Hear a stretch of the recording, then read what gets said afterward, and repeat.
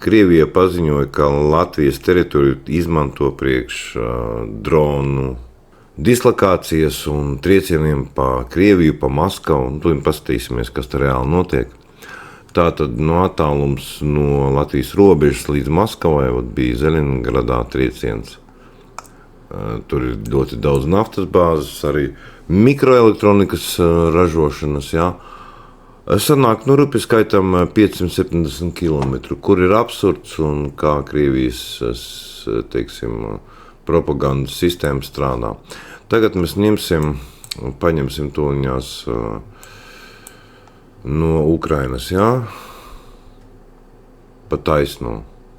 Ja mēs ņemam, teiksim, no Harkavas, ja tas no Harkavas teritorijas, tas ir 670 km.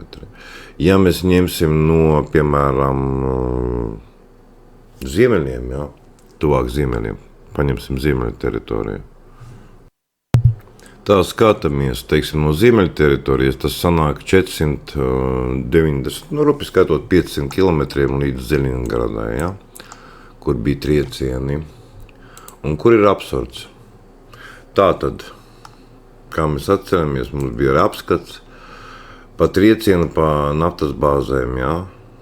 Šeit naftas bāze ļoti nopietna. Tuapsē. Tur bija liela ugunsgrēka un tā tālāk. Cik kilometri sanāk? Paskatāmies, jā. Rupi 800 km. Tātad 800 km nodo bez problēmām. Plus mīnus, saprotams, ar Krimu viņi nelaida, jā. Un lielākais absurds ir pavisam citā. Skatāmies. Uhta, naftas bāze, jā. 2000 km. Tas ir pa taisno, saprotams, ka viņš pa taisno nelidoja. Tātad Uhtas naftas bāze tika bombardēta gan janvārī, gan kaut kādas pāris nedēļas atpakaļ. Arī, kur viņa ir. Uhtas naftas bāze, jā. Un ļoti lieliski redzams, kad Ukraiņu droni var lidot 2000 km, neņemot vērā nemaz Flamingo raķetes, kuras var lidot 3000 km. 3000 km tas ir Novosibirska. Pa taisno, jā, plus mīnus. Protams, neviens ražotājs precīzi informāciju nedos, cik tālu raķetes var nolidot.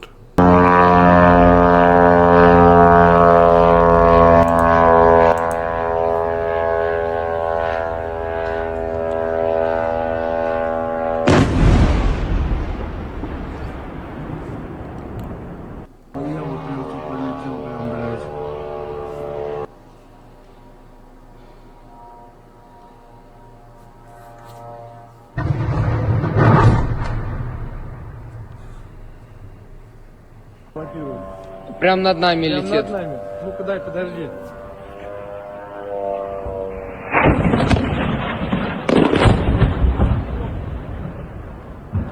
Да, нифига себе.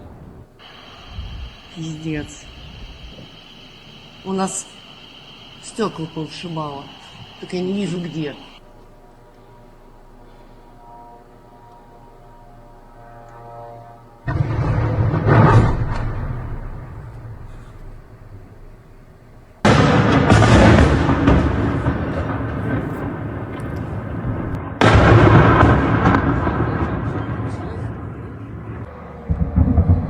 Вот он, беспилотник.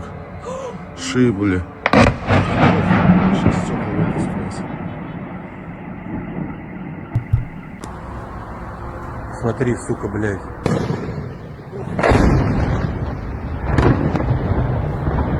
Ебануться, блядь. Съебываемся нахуй отсюда. Бля, там мега, кажется, начала гореть, блядь.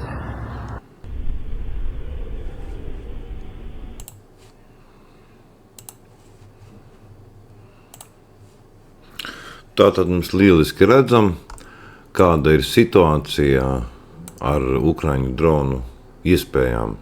Tas ir mopēdi tipa droniem, kā Krieviem tas ir šahedi uz benzīna dzinēja principa.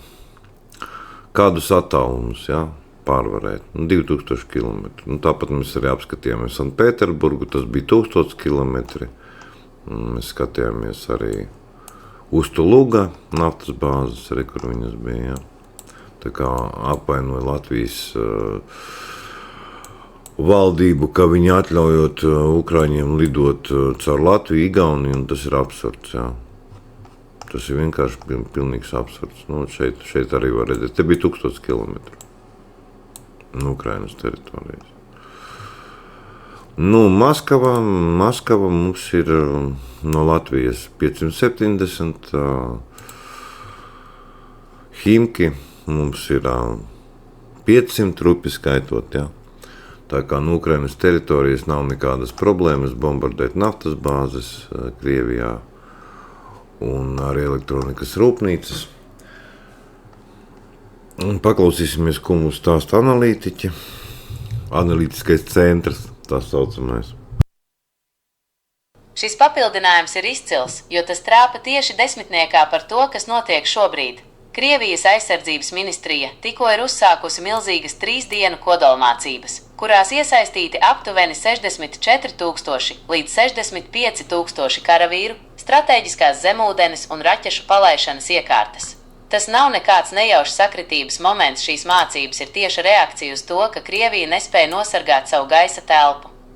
Šeit būs detalizēta analīze pa punktiem, kāpēc šie notikumi ir cieši saistīti un kāpēc Krievijas teritorija realitātē ir neaizsargāta. Kāpēc kodolmācības ir saistīts ar dronu triecieniem?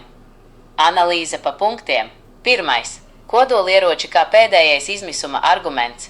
Krievijas armija jau 4. gadu ir iestragusi Ukrainā un nespēja sasniegt savus mērķus parastajā karā. Pilsētas kā Bahmuta vai Kupjanska netiek pilnībā kontrolētas vai tiek ieņemtas gadiem ilgi ar milzīgiem zaudējumiem. Tā kā parastajā frontē panākumu nav, bet Ukrainas droni burtiski sagrauj viņu aizmuguri, Kremlim nav palicis nekas cits kā izvilkt pēdējo kārti kodolšantāžu. 65,000 karavīru mobilizēšana kodolmācībām ir dārgs teātris, kura vienīgais mērķis ir nobiedēt Eiropu un likt rietumiem piespiest Ukrainu pārtraukt triecienus Krievijas iekšienē. 2. Asimetriskā kara darbība, miljardu pretgaisa aizsardzība pret lētiem droniem. Krievijas pretgaisa aizsardzība PVO tika būvēta, lai cīnītos pret lielām NATO lidmašīnām, balistiskajām raķetēm un stratēģiskajiem bumbvedējiem. Viņu sistēmas kā S-400 vai Panzer BS vienkārši fiziski neredz mazos, no kompozīta materiāliem būvētos Ukrainas tālā rādījus dronus, kas lido ļoti zemu, pat dažus 10 metru virs koku galotnēm, un izmanto upju gultnes vai reljefu, lai paslēptos no radariem. Rezultātā droni lido nepamanīti 1000 kilometru.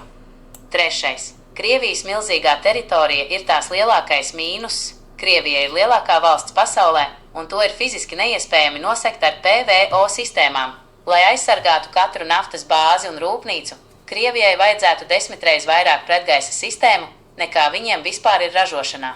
Viņi ir spiesti izvēlēties sargāt frontes līniju Ukrainā, sargāt Putina bunkurus ap Maskavu vai sargāt rūpnīcas Urālos. Rezultātā valsts iekšiene ir pilnībā caura. 4. Strateģisko mērķu iznīcināšana Maskavā un mikroelektronika. Ukrainas droni nevis vienkārši lido uz Krieviju, bet veic ļoti precīzus triecienus pa 2 galvenajiem punktiem. Enerģētika. Naftas bāzes Maskavā, Ufā, Permā un Uhtā. Nafta ir Krievijas kara mašīnas degviela un galvenais ienākumu avots. Degot naftas bāzēm sabrūk loģistika un armijas apgāde. Mikroelektronikas rūpnīcas. Dronu triecieni ir vērsti pret rūpnīcām, kas ražo mikroshēmas un elektroniskos komponentus Krievijas raķetēm un radariem. Bez šīm rūpnīcām Krievija nespēja atjaunot savu ieroču arsenālu. 5. 2000 km mīts un realitāte. Krievijas propaganda mēģina iestāstīt saviem iedzīvotājiem, ka droni uz Maskavu vai Uhtu lido no Latvijas un Baltijas valstīm, jo viņiem ir kauns atzīt, ka Ukrainas droni mierīgi spēja nolidot 1700 līdz 2000 km pāri visai viņu valstī. Trieciens Uhtas naftas pārstrādes rūpnīcai Komi Republikā, gandrīz pie polārā loka 1700 plus kilometri no Ukrainas, ir tehnisks pierādījums tam, ka Ukrainai nav vajadzīga Latvija. Ukrainas rīcībā ir tālā rādījusa droni lidmašīnas ar milzīgām degvielas tvertnēm, kas spēj sasniegt pat Urālus. Tā mēs noklausījāmies analītisko centru, ko viņš mums izdeva. Tā kā, būtībā te viss skaidrs, jā. pa to, kādi attālumi ir iespējami Ukrainas spēkiem. Ja? Nu, un vēl beidzamais ir mums notikums, protams, Latvijā atkal bija lidojis drons.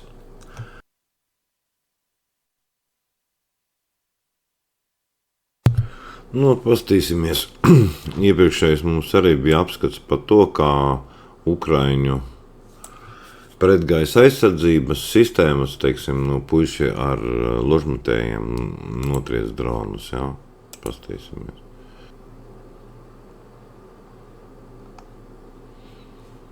Tātad viņi izmantoja pārvietojamas mašīnas, nu, principā izbrauc un ļoti lēti notriec dronus. Mums bija apskats par to tēmu, varat paskatīties, kā tas viss notiek.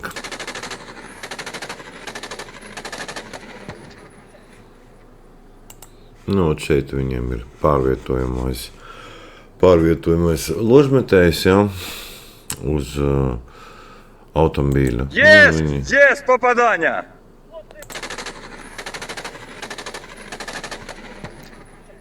Ļoti lieliski. Есть попадание!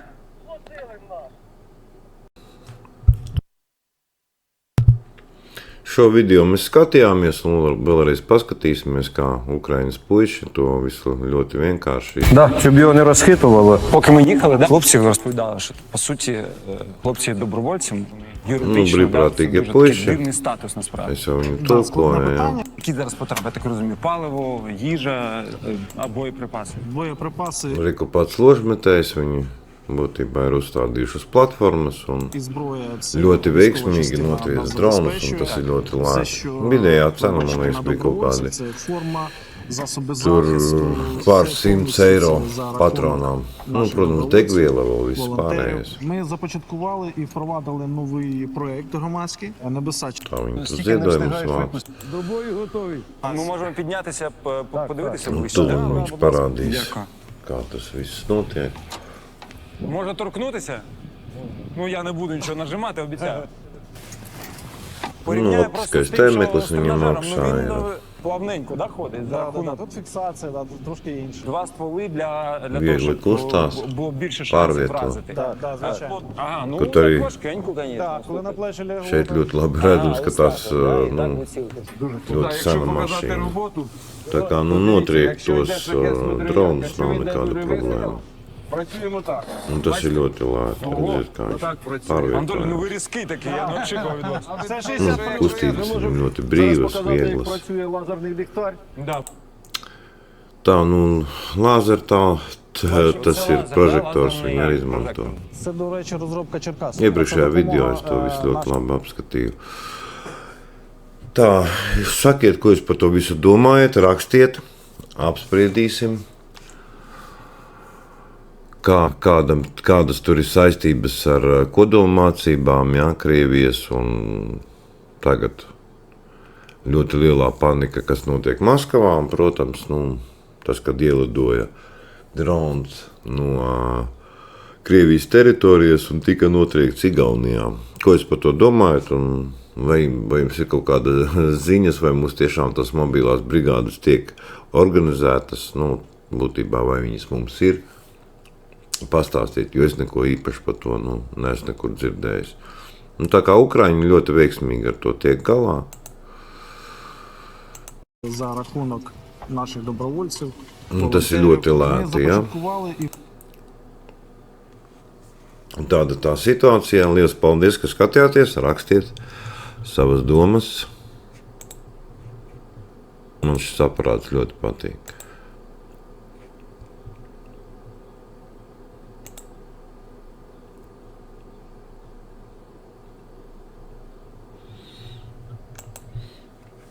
Lieliski, vai ne? No tādiem būtībā jābūt katrā Lietuvā, Latvijā, Igaunijā mobilās brigādes, un viņi to jautājumu ļoti ātri atrisina. Mums bija apskats ap 300 mašīnas vajadzīgas ar ložmetējiem. Plus vēl radaru iekārtas. Un tā aptuveni.